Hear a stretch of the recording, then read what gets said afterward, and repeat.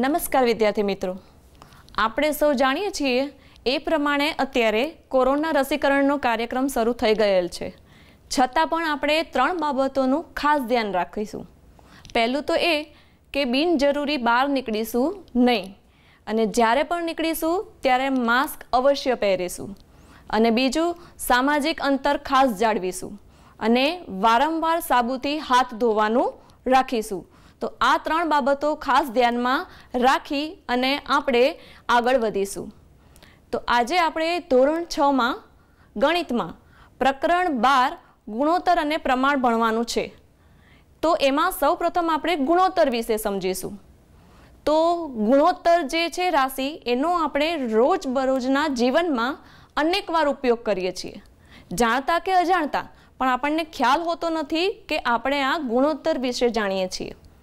તમને સાદું ઉદાહરણ આપું તો આપણી શાળામાં જ્યારે આપણે કસોટી લઈએ છીએ ત્યારે તમે કસોટી જ્યારે તમને પાછી મળે છે ત્યારે તમે તમારા મિત્રોને અનેકવાર પૂછો છો કે તને કેટલા ગુણ આવ્યા છે, મને કેટલા ગુણ આવ્યા છે. તો આપણે એ બે વસ્તુ જોઈએ છીએ. ધારો કે તમને 12 ગુણ આવ્યા છે અને તમારા મિત્રને 24 ગુણ આવ્યા છે, તો એ વખતે તમને ખ્યાલ આવે છે કે તમારા કરતાં તમારા મિત્રને 12 ગુણ વધારે આવ્યા છે. એવી જ રીતે આપણે વાત કરીએ તો કોઈ દુકાને આપણે જઈએ તો 2 અલગ અલગ નોટબુક જોઈએ છીએ. તો એક નોટબુકનો ભાવ 5 રૂપિયા હોય અને બીજી નોટબુકનો ભાવ 10 રૂપિયા હોય છે. તો આપણને એ વખતે પણ તરત ખ્યાલ આવે છે કે એક નોટબુક કરતાં બીજી નોટબુકનો ભાવ છે ડબલ છે, એટલે કે બમણો છે. તો આ જે વસ્તુ આપણે કરીએ છીએ અથવા તો જાણીએ છીએ એ ગુણોત્તર છે. તો આજે આપણે પહેલાં એના ઉપયોગ વિશે જોઈશું. તો સૌથી પહેલાં તો ગુણોત્તર. તો એનો ઉપયોગ આપણે જોયો બંને ઉદાહરણમાં એ પ્રમાણે કે નોટબુક લેવા જઈએ અથવા તો ગુણની સરખામણી કરતા હોય, બીજી કોઈ વસ્તુની પણ આપણે ઘણીવાર સરખામણી કરતા હોઈએ છીએ. તો એ જે સરખામણી કરી શકાય છે એ કોના કારણે છે? તો કે ગુણોત્તરના કારણે. તેનાથી આપણને ખ્યાલ આવે છે કે એક વસ્તુ બીજી વસ્તુ કરતાં કેટલી વધારે એટલે કે કેટલા ગણી છે. તો આપણે એ વસ્તુને હવે એક ઉદાહરણ દ્વારા સમજીએ એટલે આપણો ખ્યાલ વધુ સ્પષ્ટ થાય. તો ઉદાહરણ છે એમાં આપણને જણાવ્યું છે કે ઈશાનું વજન 25 કિલોગ્રામ છે અને તેના પિતાનું વજન 75 કિલોગ્રામ છે. તો ઈશાના વજન કરતાં તેના પિતાનું વજન કેટલા ગણું છે? તો સૌપ્રથમ આપણી પાસે જે માહિતી છે આપણે એની નોંધ કરીએ. તો છે ઈશાનું વજન. તો આપણને આપેલું છે કે ઈશાનું વજન કેટલું છે? 25 કિલોગ્રામ. પછી આપણને આપેલું છે પિતાનું વજન. તો એ કેટલું છે? તો કે 75 કિલોગ્રામ. હવે ઈશાના વજન કરતાં પિતાનું વજન કેટલું વધારે છે એ આપણે શોધવું છે. તો આપણે શું કરીશું? તો આપણે 25ને કોઈ એવી સંખ્યા વડે ગુણીશું જેથી આપણને 75 મળે. તો 25ને એવી કઈ સંખ્યા વડે ગુણીશું તો આપણને 75 મળે? તો એ છે 3. કે 25ને આપણે 3 વડે ગુણીએ તો આપણને 75 મળે છે. તો આ જે આપણે 3 વડે ગુણીએ છીએ એનાથી આપણને ખ્યાલ આવે છે કે ઈશાના વજન કરતાં તેના પિતાનું વજન 3 ગણું છે. આમ જે આપણે સંખ્યા વડે ગુણીએ એનાથી આપણને એ માહિતી છે અથવા તો જથ્થો એ કેટલા ગણું છે ખ્યાલ આવે. હજી એક આપણે બીજું ઉદાહરણ જોઈએ એટલે આપણને દ્રઢીકરણ થઈ જાય. તો આપણું બીજું ઉદાહરણ છે એમાં આપણને આપેલું છે કે એક પેનની કિંમત 12 રૂપિયા છે અને એક પેન્સિલની કિંમત 3 રૂપિયા છે. પેન્સિલ કરતાં પેનની કિંમત કેટલા ગણી છે? તો અહીંયા પણ આપણને પહેલાં સૌપ્રથમ જે માહિતી આપી છે આપણે એની નોંધ કરીએ. તો પેનની કિંમત આપણને આપેલી છે કેટલી છે? 12 રૂપિયા. એ જ રીતે આપણને પેન્સિલની કિંમત આપી છે તો એ છે 3 રૂપિયા. હવે આપણે જોઈએ કે પેન્સિલ કરતાં પેનની કિંમત કેટલા ગણી છે. તો અહીં પણ આપણે 3ને કઈ સંખ્યા વડે ગુણીશું તો આપણને 12 મળે. હા, તો આપણે જાણીએ છીએ કે 3ને 4 વડે ગુણવાથી 12 મળે છે. તો અહીં આપણે 4 વડે ગુણ્યું એટલે આપણને ખ્યાલ આવી જાય છે કે પેન્સિલ કરતાં પેનની કિંમત 4 ગણી છે. તો આવી જ રીતે આપણે જે માહિતી આપેલી હોય એને કોઈ નિશ્ચિત સંખ્યા વડે ગુણવાથી આપણને ખ્યાલ આવે છે કે એક જથ્થો છે એ બીજા જથ્થા કરતાં કેટલા ગણો અથવા તો કેટલો વધારે છે. તો ગુણોત્તરની મદદથી આપણે સરખામણી કરી શકીએ છીએ. બરાબર, આપણે આગળના બંને ઉદાહરણમાં સરખામણી કરી. પહેલું ઉદાહરણ હતું એમાં આપણે ઈશાનું વજન જે 25 કિલોગ્રામ આપ્યું હતું તેની સરખામણી તેના પિતાના વજન સાથે કરી હતી જે હતું 75 કિલોગ્રામ. અને આપણને એની સંખ્યા જોઈને પણ ખ્યાલ આવી જતો હતો કે ઈશાના વજન કરતાં પિતાનું વજન વધારે તો છે જ, પણ એ કેટલું વધારે છે? તો આપણે 25ને 3 વડે ગુણ્યું એટલે આપણને 75 મળ્યા. તેવી જ રીતે બીજા ઉદાહરણમાં આપણને પેન્સિલની કિંમત આપી હતી 3 રૂપિયા. તેની સરખામણી આપણે કરી હતી પેનની કિંમત જોડે જે હતી 12 રૂપિયા. અહીંયા પણ આપણને ખ્યાલ આવતો હતો કે પેન્સિલની કિંમત કરતાં પેનની કિંમત વધારે છે. કેટલી વધારે છે? તો એ આપણે જોયું હતું કે 3ને 4 વડે ગુણવાથી 12 રૂપિયા મળે. તો આમ આપણે આવી અનેક સરખામણીઓ કરી શકીએ છીએ.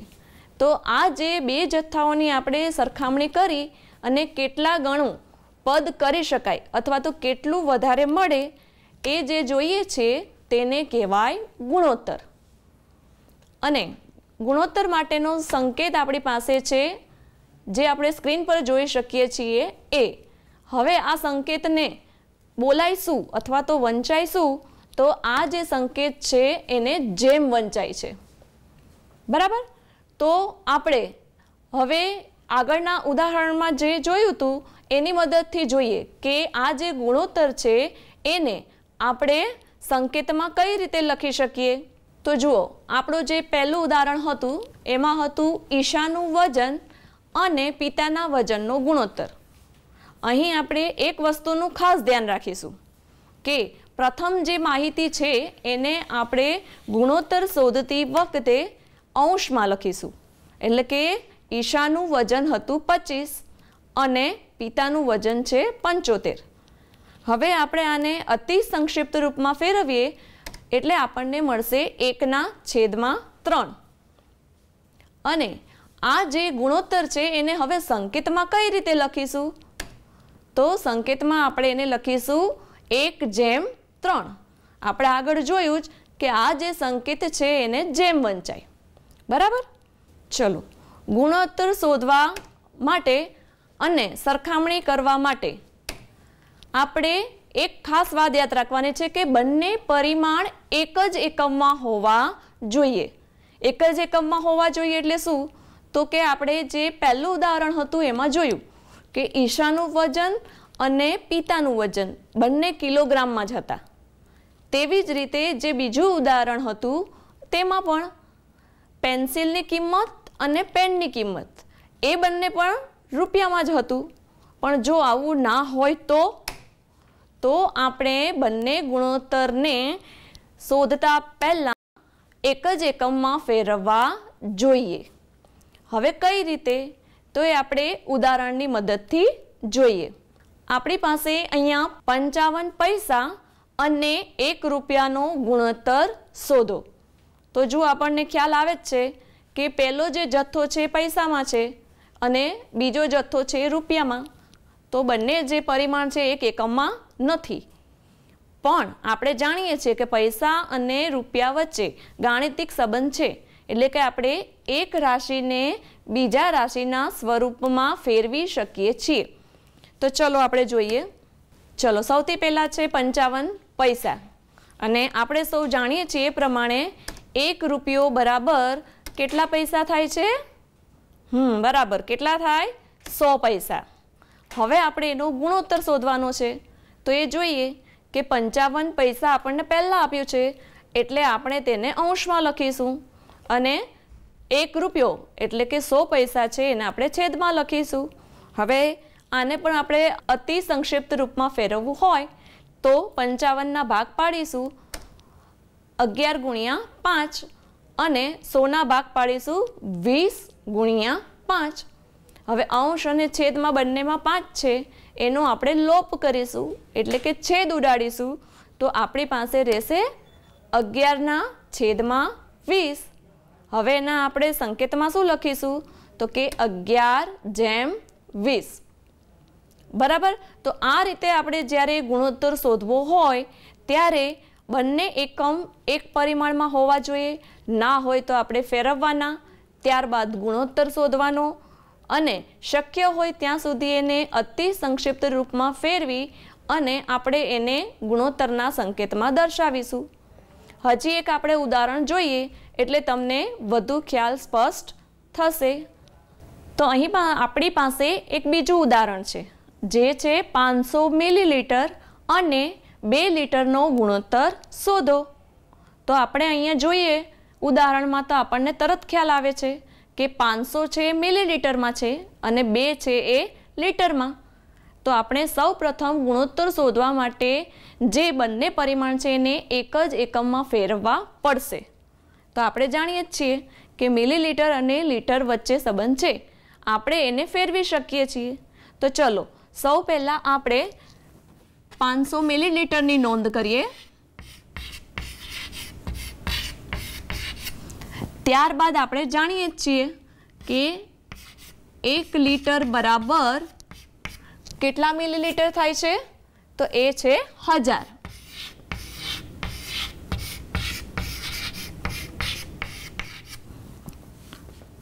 તો તેના પરથી 2 લીટર બરાબર કેટલા થશે 2000 મિલીલીટર। હવે આપણે એનો ગુણોત્તર શોધીએ। તો પ્રથમ આપણને અહીંયા આપેલું છે 500 મિલીલીટર, આપણે તેને અંશમાં લખીશું અને 2 લીટર એટલે કે 2000 લીટર એને લખીશું છેદમાં। હવે અતિ સંક્ષિપ્ત રૂપમાં ફેરવવા માટે આપણે 500 ને લખીશું 500 ગુણ્યા 1 અને 2000 ને લખીશું 500 ગુણ્યા 4। હવે અંશ અને છેદમાં 500 છે, આપણે એનો છેદ ઉડાડીશું એટલે કે લોપ કરીશું, એટલે આપણી પાસે શું વધશે અંશમાં 1 અને છેદમાં 4, જેને આપણે હવે ગુણોત્તર સ્વરૂપે લખવું હોય સંકેતમાં તો શું લખીશું 1/4। તો આવી રીતે જ્યારે બે પરિમાણ અલગ અલગ આપ્યા હોય ત્યારે આપણે એને એક જ પરિમાણમાં ફેરવી અને ગુણોત્તર શોધી શકીએ છીએ। હવે આગળ આપણે જોઈશું સમાન ગુણોત્તર। તો સમાન ગુણોત્તર જે નામ છે એ જ પ્રમાણે એનો ગુણધર્મ છે। સમાન એટલે કે સરખો। તો કે જ્યારે પણ આપણે ગુણોત્તર શોધીએ અને બંને ગુણોત્તરનો જવાબ સરખો આવે તો તે સમાન ગુણોત્તર કહેવાય। ચલો આપણે એનું પણ ઉદાહરણ જોઈએ। તો આપણું ઉદાહરણ છે 30 મીટર અને 20 મીટરનો ગુણોત્તર શોધો। તો હવે સૌથી પહેલાં જ્યારે ગુણોત્તર શોધવાનો એક્ઝામ્પલ આપણી સામે આવે એટલે આપણે પહેલાં બંને પરિમાણને જોઈ લેવાના। તો અહીં બંને પરિમાણ મીટરમાં છે એટલે આપણે એને ફેરવવાની જરૂર નથી, આપણે સીધા ગુણોત્તર શોધીશું। તો ગુણોત્તર શોધીએ તો 30 પ્રથમ છે એટલે આપણે એને અંશમાં લખીશું અને 20 પછી છે એટલે આપણે એને છેદમાં લખીશું।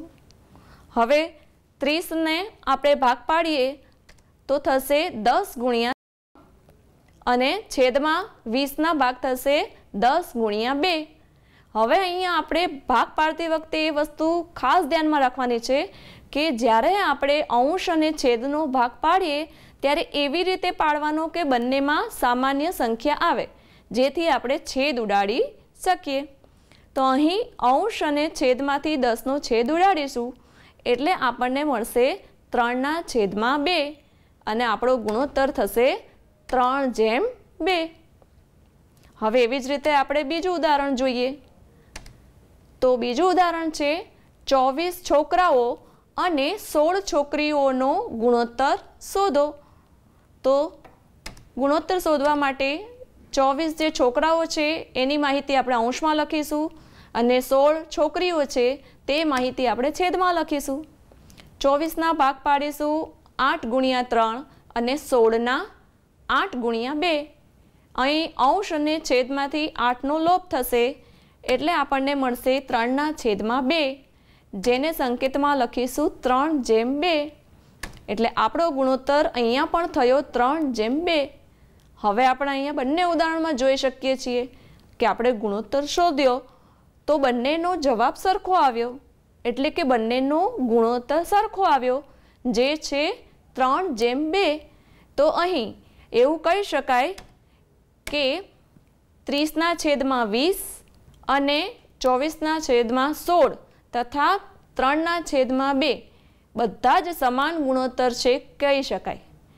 હવે આપણે આ બે ઉદાહરણની મદદથી જોયું કે સમાન ગુણોત્તર સરખો જવાબ આવે તો આપણને મળે, પણ આ સમાન ગુણોત્તર મેળવવા માટે કરવું શું પડે અથવા તો કેવી રીતે મળે, તો આપણે બંને ઉદાહરણમાં જોયું તેના પરથી કહી શકાય કે અંશ અને છેદને સરખી સંખ્યા વડે ગુણવાથી કે ભાગવાથી આપણને સમાન ગુણોત્તર મળે છે. જે મેં તમને પહેલાં જ કહ્યું કે જ્યારે પણ આપણે ભાગ પાડીએ ત્યારે અંશ અને છેદમાં એ સંખ્યા સામાન્ય આવે એ રીતે ભાગ પાડવા. હવે આપણે ઉદાહરણની મદદથી જોઈએ કે આ તો આગળ જો કે બંને સમાન ગુણોત્તર છે કે નહીં, પણ હવે આપણને એવું કે તમે સમાન ગુણોત્તર શોધો અથવા તો સમાન ગુણોત્તર છે કે નહીં એ ચેક કરો. તો કઈ રીતે કરવાનું હવે આપણે એ જોઈએ. તો આપણી પાસે અહીંયા એક પહેલું ઉદાહરણ એવું છે કે 2/3 અને 4/6 સમાન ગુણોત્તર છે. તો આપણે ચેક કરવાનું છે. તો સૌથી પહેલાં 2/3 છે એને તો અતિ સંક્ષિપ્ત રૂપમાં જ છે એટલે એમાં કોઈ ફેરફાર નહીં થાય. પણ આપણે જોઈએ કે 4/6 તો આપણને જોઈને ખ્યાલ આવે છે કે 2/3 છે એટલે કે અંશમાં 2 અને છેદમાં 3, તો બંનેને એક સરખી સંખ્યા વડે ગુણવાથી આપણને મળશે 4/6. કઈ રીતે? તો આપણે જાણીએ છીએ કે 2ને 2 વડે ગુણીશું એટલે આપણને અંશમાં મળશે 4 અને 3ને અંશમાં 2 વડે ગુણ્યા એટલે છેદમાં પણ 2 વડે જ ગુણવાના છે. અંશ અને છેદને સમાન સંખ્યા વડે ગુણવાનું એ ખાસ ધ્યાન રાખવાનું છે. તો 3/2 એટલે કે 6. તો આપણને અહીંયા 2/3 છે તેમાં અંશ અને છેદને 2 વડે ગુણવાથી આપણને મળે છે 4/6. બીજી રીતે જોઈએ તો 4/6 છે. તો અહીં 4/6 છે તેમાં અંશ અને છેદને કોઈ એક સામાન્ય સંખ્યા વડે ભાગવાથી આપણને મળશે 2/3. તો એ પણ આપણે જોઈએ. તો કે અંશમાં છે 4 અને છેદમાં 6. તો આપણે જાણીએ છીએ પ્રમાણે કે 4ને 2 વડે ભાગવાથી આપણને શું મળશે? 2. તેવી જ રીતે 6ને પણ આપણે 2 વડે જ ભાગીશું. તો 6/2 એટલે કે શું થશે? 3. તો આપણે સમાન ગુણોત્તરનો જે નિયમ જોયો તેના પરથી ખ્યાલ આવી ગયો કે અંશ અને છેદને સરખી સંખ્યા વડે ગુણવાથી આપણને સમાન ગુણોત્તર મળે. આપણે બીજું વિધાન એવું પણ કહ્યું કે અંશ અને છેદને કોઈ સામાન્ય સંખ્યા વડે ભાગવાથી એટલે કે ભાગાકાર કરવાથી આપણને જે પદ મળશે એ પણ સમાન ગુણોત્તર છે.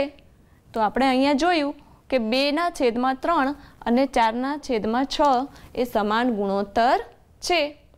તો આપણી પાસે એવું જ એક બીજું ઉદાહરણ છે જેમાં છે કે 18/24 અને 3/4 સમાંતર ગુણોત્તર છે. તો આપણે આગળના ઉદાહરણમાં જોયું તેની મદદથી જ આપણે ચકાસીશું કે 18/24. તો આપણને ખ્યાલ આવે છે જોઈને કે 18 અને 24ને જો આપણે ગુણીશું તો અહીંયા આપણી પાસે જે ગુણોત્તર છે એના કરતાં કોઈ મોટો ગુણોત્તર મળશે. પણ હવે આપણે એવું જોવું પડશે કે 18 અને 24ને એવી કઈ સામાન્ય સંખ્યા વડે ભાગાકાર કરવાથી 3/4 મળશે।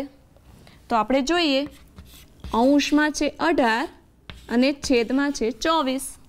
તો 18 ને હું 6 વડે ભાગીશ તો મારે છેદમાં પણ એટલે કે 24 ને પણ 6 વડે જ ભાગવા પડશે। હવે આપણે જોઈએ કે 18 ભાગ્યા 6 કેટલા થશે? 3 અને 24 ભાગ્યા 6 એ થશે 4। બરાબર। તો આપણે આ ભાગાકારની રીતે જોયું। આવી જ રીતે આપણે ગુણાકારથી જોવું હોય તો આપણે લઈશું 3/4 ને। તો અહીં આપણે અંશ અને છેદને સરખી સંખ્યા વડે ગુણીશું અને એ સંખ્યા છે 6। 3 ને 6 વડે ગુણીશું એટલે થશે 18 અને 4 ને 6 વડે ગુણીશું એટલે થશે 24। તો આપણને અહીંયા આપણો જવાબ મળી ગયો કે 3/4 અને 18/24 એ બંને સમાન ગુણોત્તર છે। તો આપણે અહીંયા વધુ એક ઉદાહરણ જોઈએ। તો આપણી પાસે છે કે 3300 વિદ્યાર્થીઓની શાળામાં 102 શિક્ષકો છે। તો શિક્ષકોની સંખ્યા અને વિદ્યાર્થીઓની સંખ્યાનો ગુણોત્તર શોધો। તો આ ઉદાહરણમાં એક શાળા છે જેમાં 3300 વિદ્યાર્થીઓ છે અને 102 શિક્ષકો છે। તો આપણે તેનો ગુણોત્તર શોધવાનો છે। તો ચલો, ગુણોત્તર શું થશે? તો પ્રથમ આપણને શિક્ષકોની સંખ્યા આપી છે જેને આપણે અંશમાં લખીશું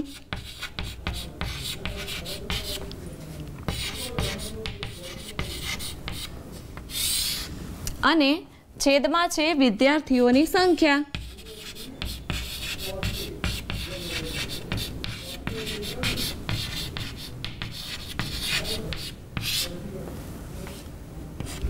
તો શિક્ષકોની સંખ્યા છે 102 અને વિદ્યાર્થીઓની સંખ્યા છે 3300। તો હવે આપણે અહીંયા 102 અને 3300ના ભાગ પાડવાના છે। તો આપણે એને કોઈ એવી સામાન્ય સંખ્યા વડે ભાગાકાર કરી અને તેને ગુણાકારના સ્વરૂપમાં લખી શકાય। તો આપણે અહીંયા જોઈએ તો કે 102 છે એને આપણે 2 વડે ભાગીએ તો થશે 51। એવી જ રીતે 3300ને 2ના ગુણકના સ્વરૂપમાં લખીશું તો આ આવશે 1650। હવે અંશ અને છેદમાંથી આપણે 2નો લોપ કરીએ તો આપણી પાસે અંશમાં વધશે 51 અને છેદમાં વધશે 1650, જેને સંકેતમાં લખાશે 51/1650। તો આ રીતે આપણને કોઈ પણ 2 માહિતી આપી હોય તેનો ગુણોત્તર શોધી શકીએ છીએ। તો આજે આપણે ગુણોત્તરમાં આટલી વસ્તુ જોઈ છે। ફરી એકવાર એનું પુનરાવર્તન કરી દઈએ તો સૌપ્રથમ આપણે જોયું કે ગુણોત્તરનો ઉપયોગ આપણે ક્યાં કરીએ છીએ। તો આપણે જોયું તે પ્રમાણે કે ગુણોત્તરનો ઉપયોગ સરખામણી કરવા માટે થાય છે અથવા એક વસ્તુ કરતાં બીજી વસ્તુ કેટલી વધારે કે કેટલા ગણી છે તે જાણી શકાય। પછી આપણે તેની મદદથી ગુણોત્તર શોધતા શીખ્યા। ત્યારબાદ આપણે જોયું સમાન ગુણોત્તર કે કોઈ જે ગુણોત્તર આપણને આપ્યો છે તેના અંશ અને છેદને સમાન સંખ્યા વડે ગુણવાથી કે ભાગવાથી આપણને સમાન ગુણોત્તર મળે છે, જેને આપણે ગુણાકારની રીતથી અને ભાગાકારની રીતથી બંને રીતે શોધી શકાય તેવા ઉદાહરણ જોયા। અને ત્યારબાદ આ રીતના જે કોઈ પણ કૂટ પ્રશ્નના સ્વરૂપે તમને આપ્યા હોય તો પણ તમે ગુણોત્તર શોધી શકો છો। તો આજે આપણે અહીંયા ગુણોત્તરમાં આટલું શીખ્યા છે। હવે આવતા અંકમાં આપણે પ્રમાણ વિશે સમજીશું અને તેના દાખલા ગણતા શીખીશું। તો વિદ્યાર્થી મિત્રો, હવે સમય છે આપણો આજના સવાલનો। તો આજનો સવાલ છે, એક વર્ગમાં 20 છોકરીઓ અને 15 છોકરાઓ છે, તો છોકરીઓની સંખ્યા અને છોકરાઓની સંખ્યાનો ગુણોત્તર કેટલો છે? તો તો આપણને અહીં એના માટે 4 વિકલ્પ આપેલા છે. પહેલો વિકલ્પ છે એ, જે છે 4:3. બીજો વિકલ્પ છે બી, 3:4. ત્રીજો વિકલ્પ છે સી, 20:15. અને ચોથો વિકલ્પ છે ડી, 15:20. તો આ 4 વિકલ્પમાંથી આપણે સાચો જવાબ શોધી અને અહીં સ્ક્રીન પર બતાવેલ નંબર પર આજ રાત્રે 8 વાગ્યા સુધીમાં કોલ કરી અને જણાવવું. નંબર છે 6357399460. આભાર.